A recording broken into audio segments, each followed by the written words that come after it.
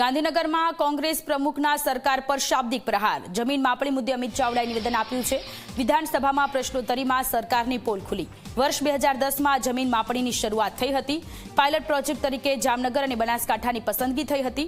વર્ષો વીત્યા છતાં ગુજરાતના ખેડૂતોની ફરિયાદ હજુ પણ યથાવત છે। સર્વેમાં થયેલા ગોટાળાથી ભાઈઓ વચ્ચે જમીન મુદ્દે ઝઘડા થયા। પેન્ડિંગ અરજીઓનો જલ્દી નિકાલ કરવા કોંગ્રેસની માંગ છે।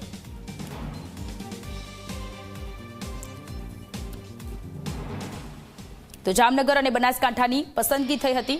વર્ષ 2010માં જમીન માપણીની શરૂઆત થઈ હતી, જેમાં ગોટાળો થયો હતો। ગોટાળાથી ભાઈઓ વચ્ચે જમીનને મુદ્દે ઝઘડાઓ થઈ રહ્યા હતા। પેન્ડિંગ અરજીઓનો જલ્દી નિકાલ કરવામાં આવે એ પ્રકારની માંગ કોંગ્રેસ દ્વારા કરવામાં આવી રહી છે। ગોટાળાથી આજે પરિવારો હતા એમાં અંદરો-અંદર ઝઘડા થઈ રહ્યા હતા। છેલ્લા ઘણા સમયથી જમીન માપણીને લઈને અરજીઓ કરવામાં આવી રહી છે। તંત્ર દ્વારા કોઈ નિકાલ કરવામાં ન આવતા અત્યારે કોંગ્રેસનું આક્રમક સ્વરૂપ, આ સાથે ખેડૂતોમાં પણ નારાજગી જોવા મળી રહી છે। ત્યારે પેન્ડિંગ અરજીઓનો જલ્દીમાં જલ્દી નિકાલ કરવામાં આવે તેવી માંગ।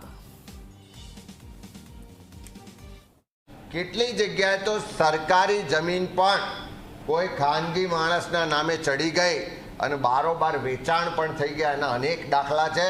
ત્યારે આજે પણ અમે માગણી કરીએ છીએ કે લાખોની સંખ્યામાં ગુજરાતના ખેડૂતોની અરજીઓ પેન્ડિંગ છે, એનો તાત્કાલિક નિકાલ કરો। જે પણ અરજીઓ મંજૂર કરી છે એની હજુ માપણી સીટો નથી બની, તો તાત્કાલિક માપણી સીટો બનાવો।